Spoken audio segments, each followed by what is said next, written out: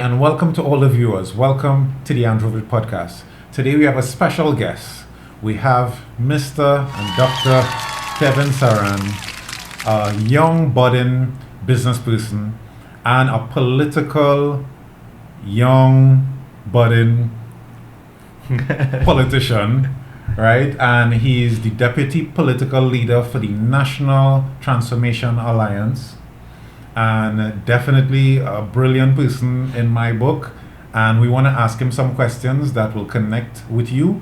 And first of all, I want to say welcome to the show, and tell us a little bit about yourself.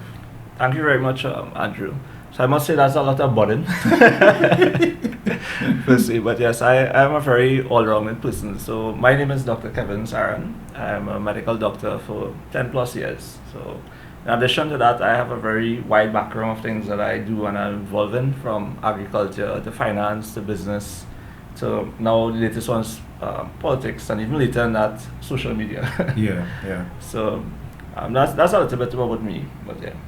All right, so I'm guessing now we'll jump right in, right? Sure.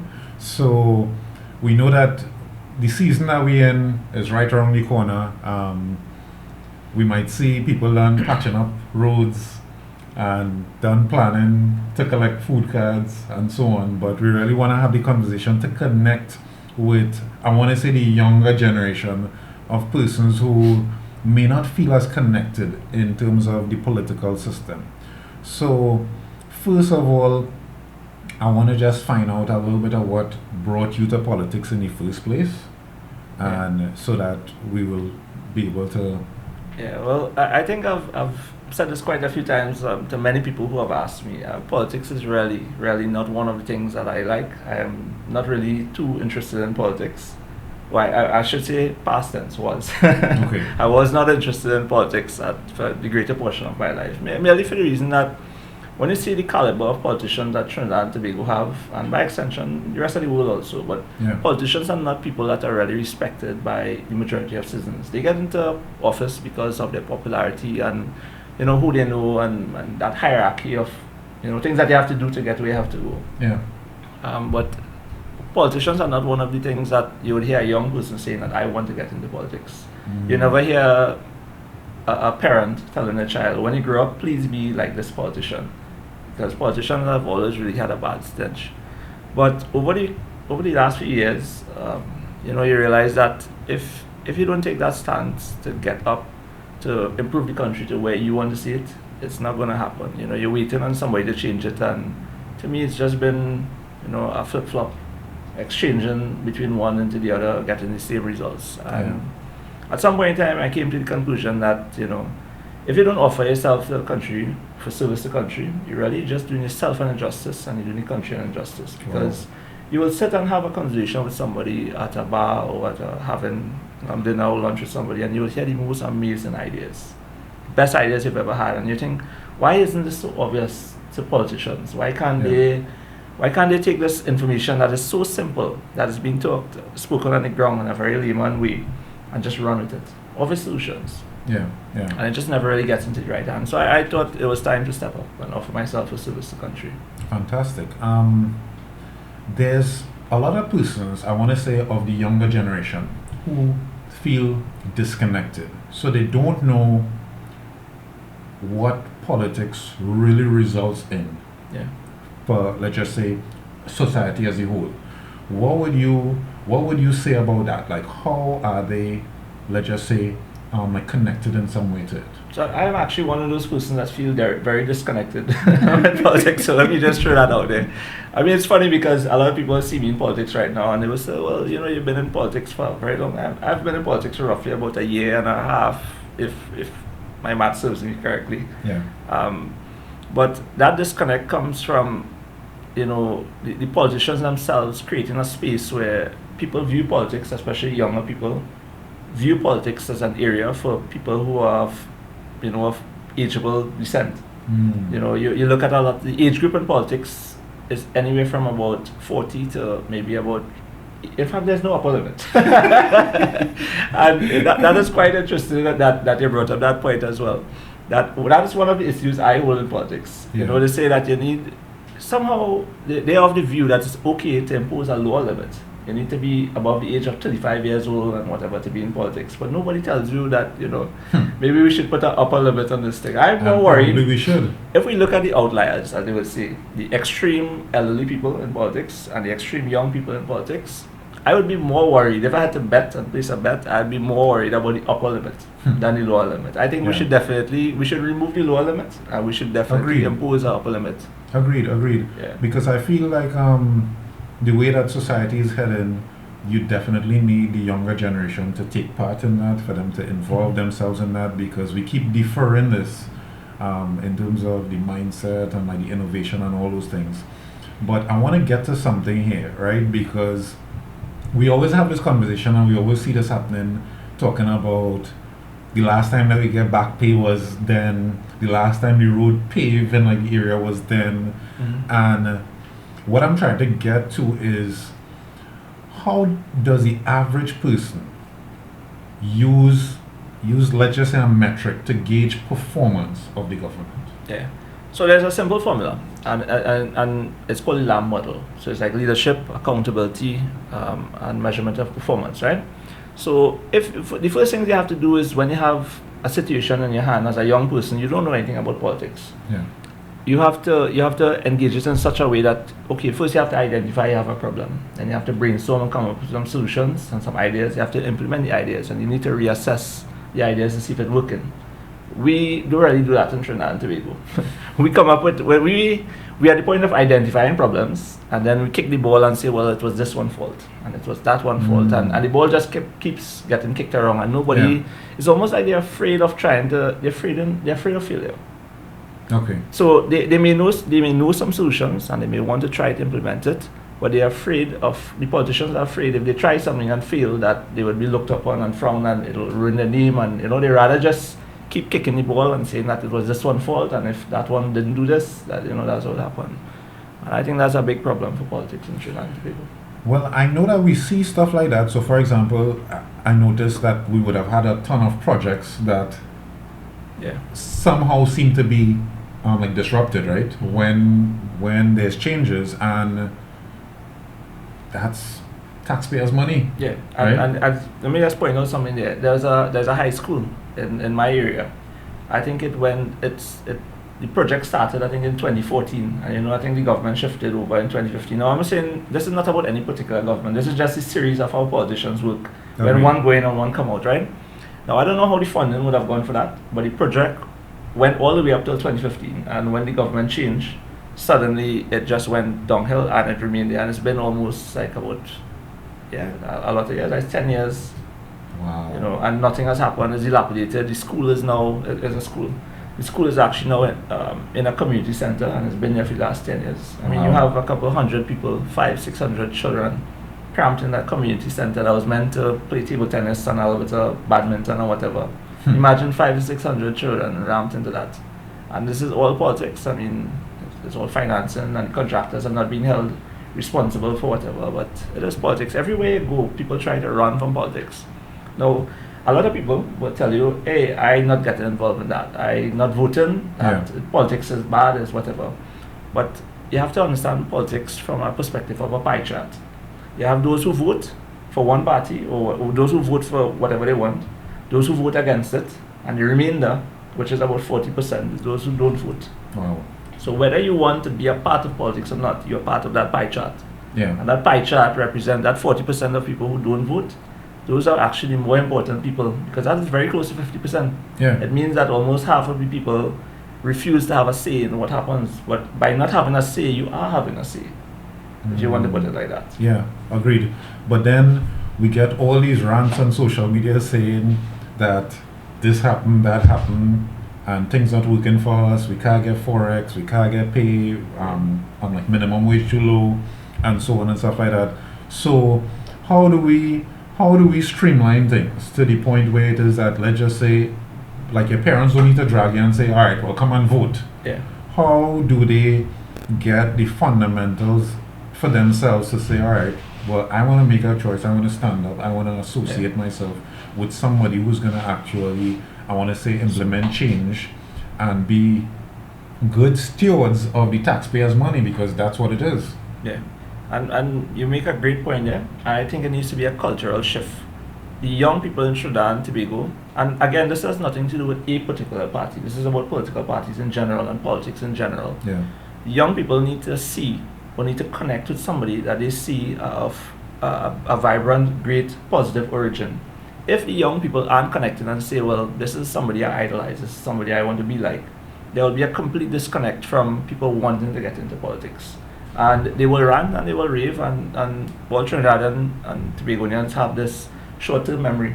It's good for like about a week, and then they forget about it. So you'll see the news today, something about back pay and who get a raise in salary and whatever, and it's good for this week. It's hot topic. And then after that, they go on and they forget about it, and it dies down. But unless people need to be motivated, the young people need to be motivated to get into politics. They can't be expected to. Nobody tells you get into politics really, but no matter what you do, you're involved in politics. Because I'll give you some practical, everyday examples, right? When you go to the grocery and you pay something and 12.5% of that dollar that you pay, no, you don't see that, but 12.5% that you get taxed, whatever, comes out of that dollar. You're involved in politics. That figure was decided in Parliament. That could have been 15% before. It could be 20% tomorrow. That figure is being decided at a political level. You go for a job and you get an interview and they tell you they can't give you the job because they're all out of that job in that particular area. That's a political decision, because it means that there's no level of successive planning that, for example, the University of West Indies or whoever is deciding bodies for education would say, well, okay, there's a demand in this area and I don't want to push that people to get in that area, and the supply is too much in this area, let us cut down in that area. There's no guidance. It's pretty much a free fall. What I'm saying is that people who think that they're not involved in politics are actually more involved in politics than the ones who are. It's just, the ones who are a lot more boisterous. Yeah. And I mean, we've seen cost of living continue to spiral. We've seen, I want to say, how many successive deficit budgets, right? Yeah. And some persons may not know what a deficit budget is, but we're talking about the government spending more than what it is that they bring in. Yeah. Tell us, is that, I see it as deferring sacrifice for the next generation, right? Because every time, I mean, you're spending more than you're bringing in. I mean, somebody had to pay a price somewhere down the line. So tell me, what's your views on that?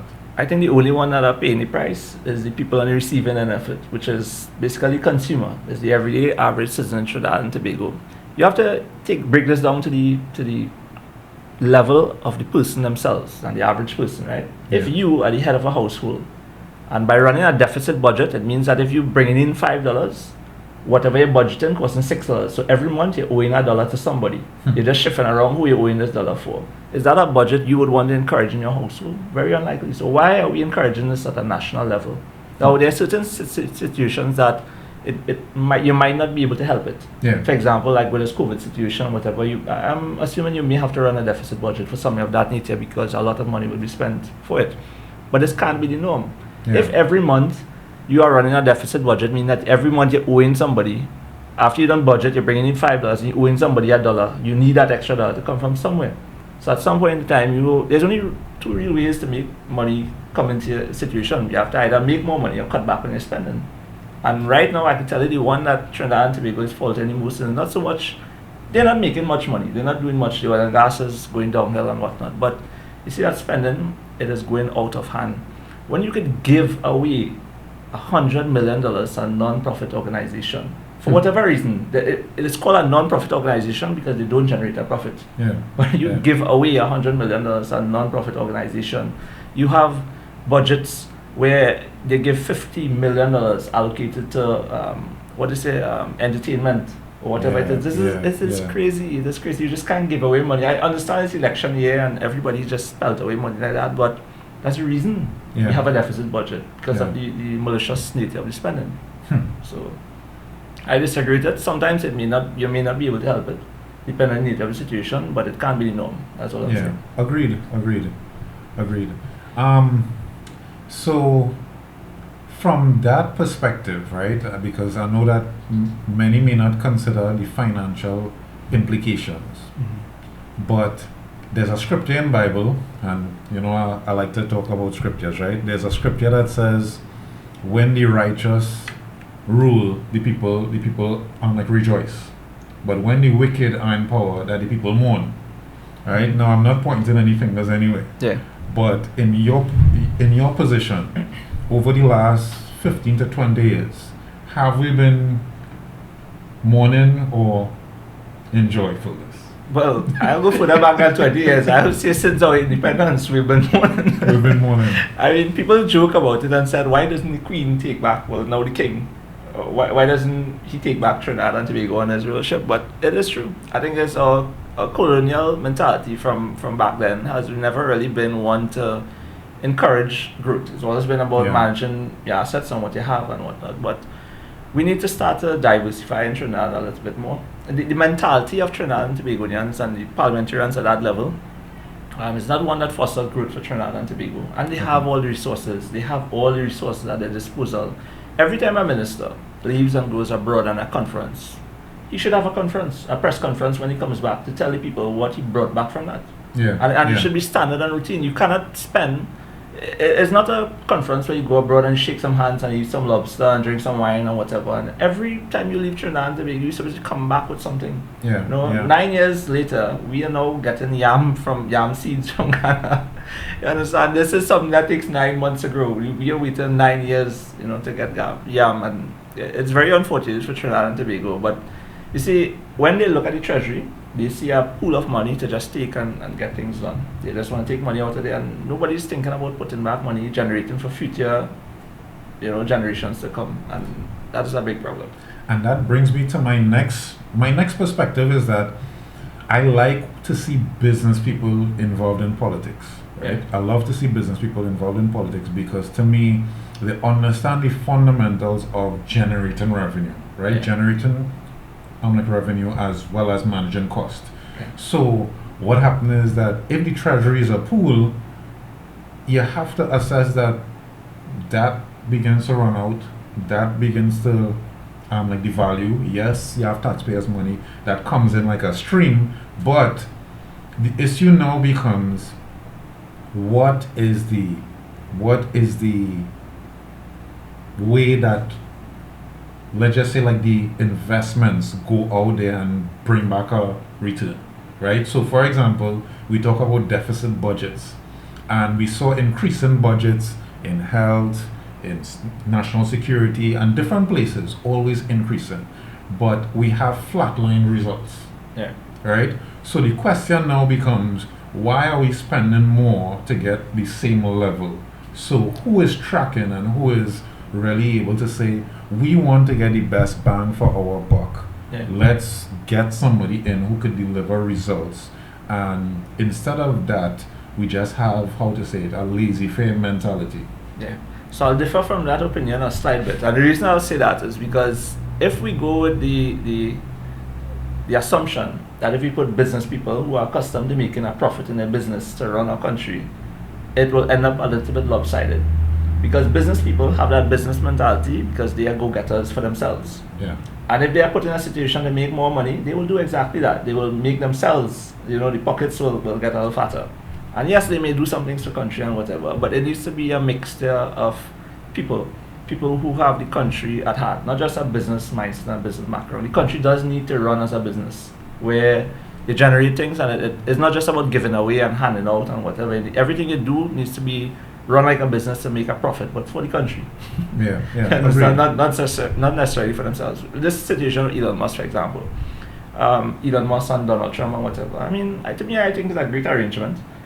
These people are at the top of their field, particularly Elon Musk, one of the world's richest man or whatever. But if you looked at all the hoops that he would have jumped through would have gotten where he is right now, he would have jumped through just about every tax loophole you could probably think about. The tax system is never going to benefit the poor man. When you talk about tax, the people who pay tax are the middle class and the upper class. The poor can't afford to pay tax. The middle class and the upper class, the middle class pays tax, but they don't really get anything back. And the upper class is the ones who pays tax, but the amount of tax write-offs and returns that they get from that is more than they probably put in the first place. So you have 51% of the population basically carrying the weight of 100% of the population. Well, you have a good business background, so let me hear your perspective on that. So, I think that plenty business persons would kind of argue for the value that they bring to like society in terms of creating the product, building the service, as well as employing persons and paying their salaries and hiring and so on and stuff like that. And it's something that I'm very passionate about because I heard a business person just last week talk about, all right, we're going to do something and we're going to give back to society, right? And just the way that she phrased that word, That's give very back. No, but from a nice place in her heart, but Yeah. you're saying give back as if you were taken from society. Okay. Now, from a business perspective, you have to understand that you create the value, and because you serve, that is where the bills come in, right? Yeah. So it's not that you are taken in that particular way, because they make it sound like you are violently taken and now Yeah. you need to give back in that way. So I do believe that businesses create real value and true value, and it's just that our system does not support enough entrepreneurs. It does not support enough creativity. It Yeah. does not support enough creation of value itself. Because if I travel, I might see something and I'll be like, all right, I wonder if that could work back home. And it's not a new idea, but just bringing something from somewhere to here could be a whole new stream of revenue. And I just feel like we just have such a passive society where wherever that people point, we're good to go, we'll head in there, we're looking for the jobs, we're looking for the support and like the government stuff. So I really see it as a mixed view on even that, because I think that the businesses generate a certain volume of jobs, the small and medium I think businesses. the businesses are absolutely needed. I'm just saying that to go with the assumption that we need to have business people running the country is probably not something I would encourage. I think Okay. it has to be a mixture. Yeah, For every side, for every positive that the business community has, there would be the non-business community would have the contralateral argument. I'm saying that we need to have a balance. At some point, you need to have a balance and weigh out, because you'll end up too much to one side. Yeah. The country will be, everything you do will be run like a business. For So- example, I knew there was this recent trend that started in one of the community centers in Northwest Trinidad, where they started charging people, I think it was like $2 to use the washroom in a community center, a public community center built by one of the governments of Trinidad and Tobago, charging $2. Now $2 might not seem like a much, right? But there's this trend going on all around the world, particularly in Europe, where everywhere you go you have to pay to use the community washrooms in public places, and I am totally against that. For the mere reason that right now, as we speak, there's another regional complex being built in Lego Martin for hundreds of millions of dollars, and you're so strapped for cash that you spending hundreds of millions of dollars to build a community center, while the old one is open within only the daylight hours or for a short period of time, and you spend hundreds of millions to build, and you want to tell people they need to pay $2 to use a washroom, so the business mindset there, I've seen it, but I don't agree with it. That is one of the instances where it would have the non-business people like myself in that area, with that view and that logic and that mindset, it goes against that. It's just that I am so against wastefulness, because you would see how to say it. I prefer people be resourceful, right? Than you have a lot of resources and you don't know what to do with it. And that is exactly how I see like Trinidad and Tobago, right? We have tons of resources. We have so much talent. We have so much resources that we could access. We have so much, I want to say, rich lands, rich soil. We have so much programs that are free.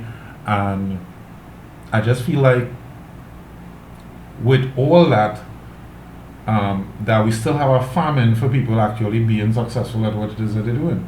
Yeah. I definitely agree with that concept as well. And I think, right now we're in the peak of the carnival season, right? And you can't go online and buy a costume. Your marketing is so substandard that it's kind of a joke.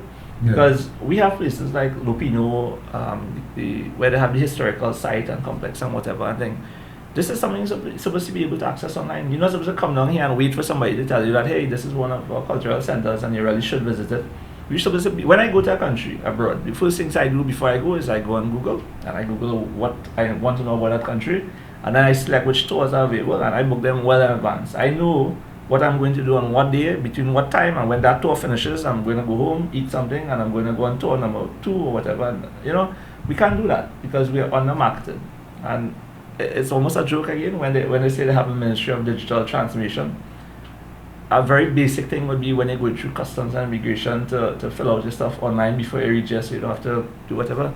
Trinidad and Tobago is the only one in the Caribbean that doesn't have access to that right now. If you look at the Caribbean Airlines website right now as we speak, Trinidad and Tobago is the only country that doesn't have a PDF form there that you could download and fill out online prior to going to immigration. And this is the Ministry of Digital Transformation, where millions and millions of dollars have been pumped into this.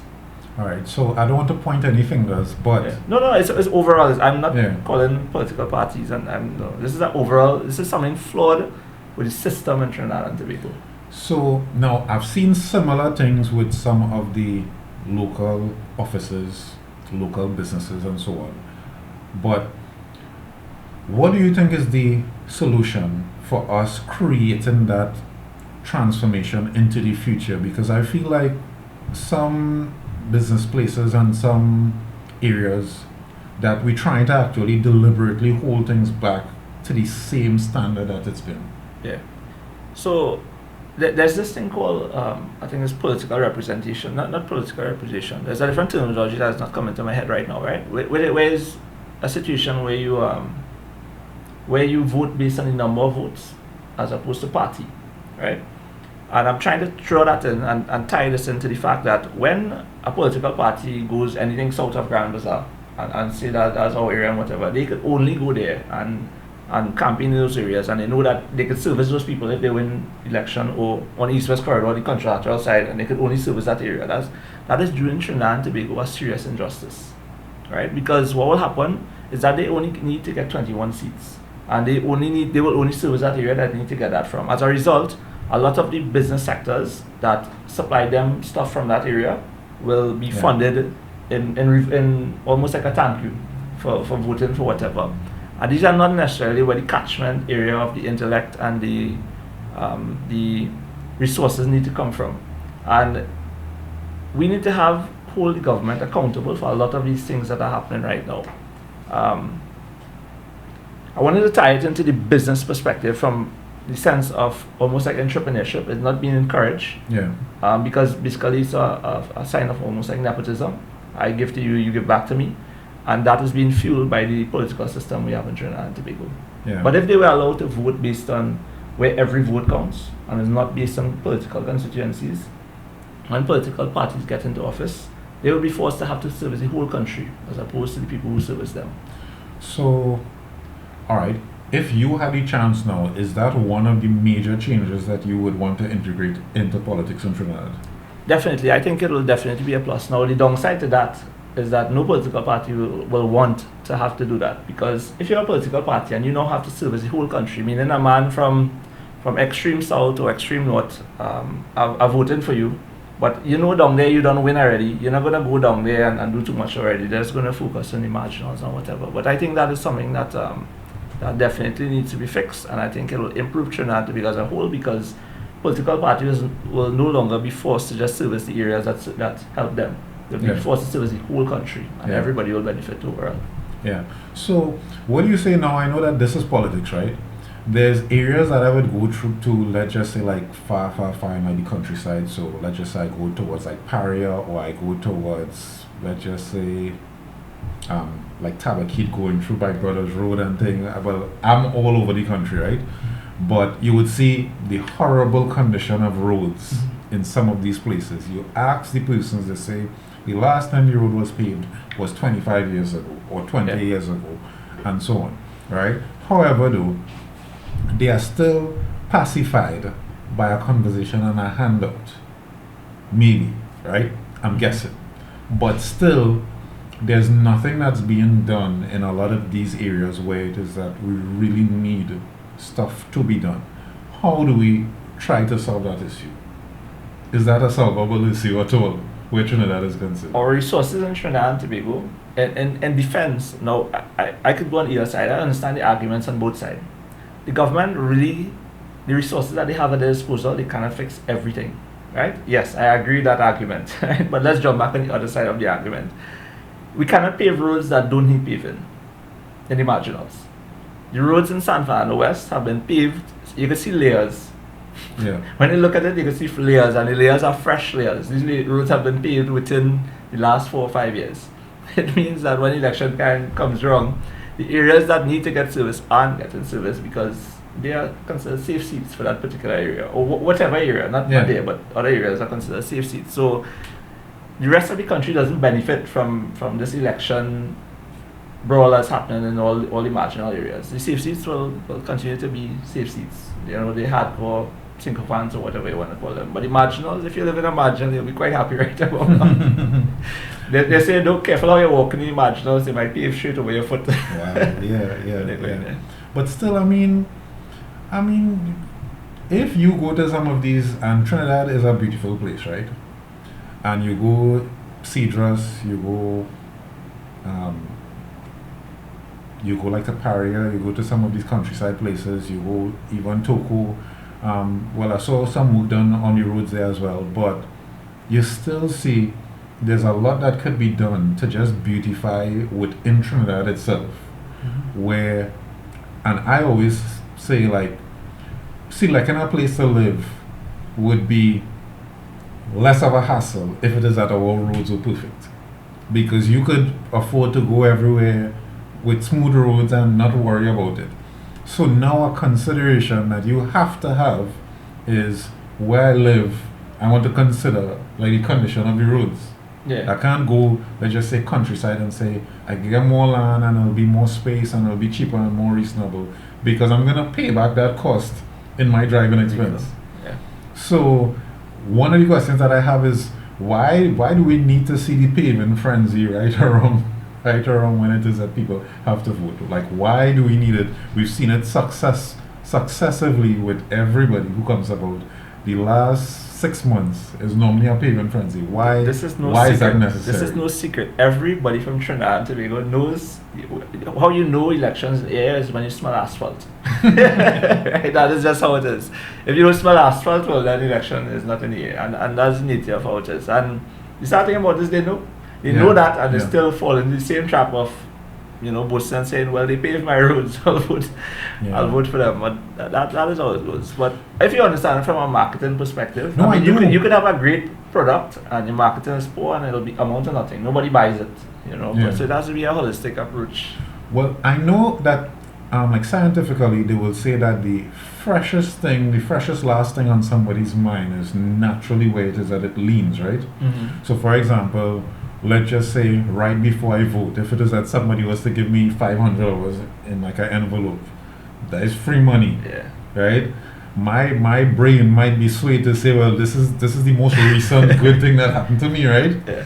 And likewise, if somebody, they would get paid, or they get a food card, or they get something, they get blessed up, they say, well, yeah, but I was about to ask what color t-shirt you want to say. You get wrapped in $500. No, I am totally, let's just say, like a neutral. In fact, I want to say, I'm joking. But I am still trying to have the conversation, because we need to understand, even as a younger generation, what drives the system and how we could have the impact on the system, and not just fall prey to say, well, is it that these people are, let's just say, they want to say that these are like the naive bunch, we'll just pave the road and they'll be satisfied with that, right? Or are we going to really hold things accountable and say, this is what we came into power for, this was the amount of resources that we had, this was what we were able to deliver in X amount of time, this is value that was communicated, and this is how it is that it would have worked. And really see that the future has been paved. Because one of the things that I'm consistently fearful of, and like I would say, all right, parents may have purchased their home for like 200,000, right?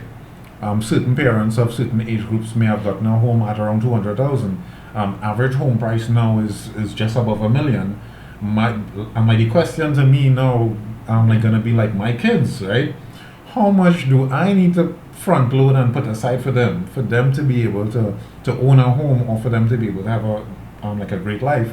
And this whole deferral system of deficit budget, inflation, cost of living going up, if let's just say like the government as well as the central bank in terms of their powers are not able to regulate these things sufficiently, my let's just say like my paranoia is who and when the buck stops, who's gonna pay the price.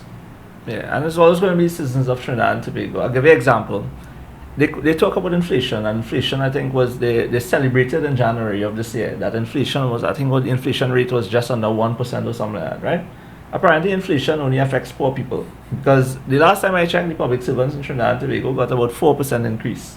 Now, inflation over the years, when they say inflation, is really the rate of change. Yeah. Inflation doesn't mean that's what it is at that point in time. So it's say inflation rate, right? People confuse that with the actual inflation. If you look, and let me give you a good comparison, right? The boiled inflation rate is 1% for that particular period of time, right?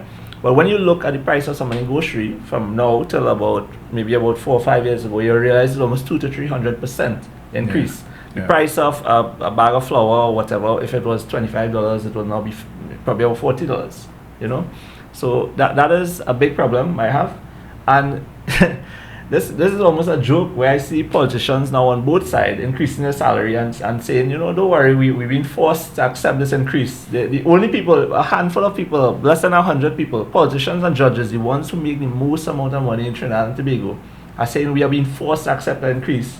Well, and people are saying, people are saying that don't worry, they work hard for it, and these are the same people are balling. Well, you know, this one forced them to take it, and that one forced them to take it, and they both taking it. I'm sorry to tell the citizens of Trinidad and Tobago this, but you guys are both, both sides are, you know, messing with you all. This is, the people who make the most should not be the ones getting a raise at this point in time. There are too many people in the breadline in Trinidad and Tobago. Yeah, agreed. And the inflation thing has gotten so bad that, as I said, like back in the day, you could have gotten a house for 200,000. Now it's about 1.2 million, and it's going to continue to go up. Inflation is going to continue to go up in Trinidad and Tobago, and the salaries are not reflective of that. So, you know, and the government continues on top of all of that to add taxes. You know, you have gone from owning your house completely and solely free of any kind of liability or whatever, you know, to now having to pay property tax for the rest of your life. It means that if you don't pay that, at some point in time, this asset that you have could become a liability. You know? So it's unfortunate. Well, I mean, that is definitely is a deep conversation, because I've even seen, alright, so for example, if you ask the older generation what age did they own a home, right, you actually see a lot of ownership happening in the 20s. Yes. Right, a lot of it. Now, if it is that you look out there now, you see a lot of ownership happening between, I want to say, in the late 30s. Yeah. Right? So definitely it's a bit worrying, because you look at, even when it is that families are started, right? You look at society and what time that families are started. Families are started around 25, 26. So when you look at what's happening, you're looking at the delay in families, you're looking at the delay in wealth there's creation. a cultural shift because of the economic imbalance. Right? The reason that people are choosing to have later families is because they can't afford it in the first place. And that is what is shifting people to have houses at a later stage, not the other way around. It's not the fact that we choose to have families later and we choose to buy a house later. They can't afford it when they're in the 20s, so they have no choice. But they're not going to start a family until they have a house. And they're going to be able to afford a house where they could afford it in the 20s. They're not going to have it until they reach late 30s or mid 30s or higher up or whatever. And there's some people that may never be able to afford it. You know, one of the things I have a big problem with in Trinidad and Tobago is the situation with HEC, where you have low income housing in a country, it should never be single units. Every time you buy a single plot of land and you build a house and you give it to those people, I know they pay minimal, whatever, a couple $100 or whatever, right? But it should not be, the government should not be in the business of buying single unit and providing single unit land and house to people. If you so wanted to provide low income housing, first of all, it needs to be on the outskirts of the city or the suburbs. It cannot be in these popular areas where land is highly priced. You're going to an area that's not highly priced, an area that you want to develop, right? Secondly, it needs to be high-rise buildings. Instead of buying a plot of land for every one house that you want to build, that is not a good economic model to have. You buy one plot of land, and in that you have high-rise buildings. So for every house or apartment that you build, you don't have to buy a plot of land to go together with it. So when I see people have these luxurious homes, and I mean luxurious homes in this one plot of land, they look really nice from the outside, you know. Or the government might say, well, we know we didn't give them everything. There's a place in, I think it was in not to the Pune that I went, and the guy was saying that they gave them the houses. Yes, they paid some amount for it and whatever, but they didn't give them with lights. They didn't give them with proper any toilet facilities. Like they had to subsidize what they were buying. They had to pay for other stuff. They weren't just given. They were given the shell of the house, but they had to pay for other stuff. And even that I find is is not a model that the government should be encouraging. If you really truly wanted to provide low income housing, it has to be high rise buildings. Yeah. But that's not fancy. People wouldn't consider that fancy. But the people who should be living there, not the ones who should be determining whether it's fancy or not. It's people who desperately in need of low income housing. Yeah. And I'm guessing that would explain like the rise of squatting over the years as well, because we have that being prevalent. And I don't have much data and stats on that, but I would guess that a lot of persons feel driven to have that as like an option to them, because it seems like a house would be way outside of what it is that they could afford. So yeah, it's very, very concerning, and I'm really looking to see what the next few years holds in terms of that same type of development, because I'm seeing the frustration of a lot of young persons who, and remember that the house is the dream, right? Yeah. For a lot of persons, I want to own a house, right? And if it is that they don't feel positioned, and we're talking about all these societal pressures of keeping up with the Joneses, driving a nice car, going to the beach on a Sunday, Saturday, whatever that you call it, you're trying to keep up with those, and homes are 1.2 million, then definitely that sacrifices have to be made, right? Sacrifices have to be made, and just like sacrifices have to be made on these scale of the family and the home and the budgeting and so on and stuff like that, the question now becomes, why isn't the government, or why isn't like the country positioning themselves in a position of sacrifice for the future, so that we could have a plan mapped out, that we know that there's a great trajectory of growth. One of the things that I see, yes, there are a lot of free programs, but just like everything that starts off, sometimes like you pioneer it, there's a lot of revenue, there's a lot of profit then, right? Mm-hmm. But when everybody else jumps into the pool and it becomes very, very saturated, just like we always talk about like university, right?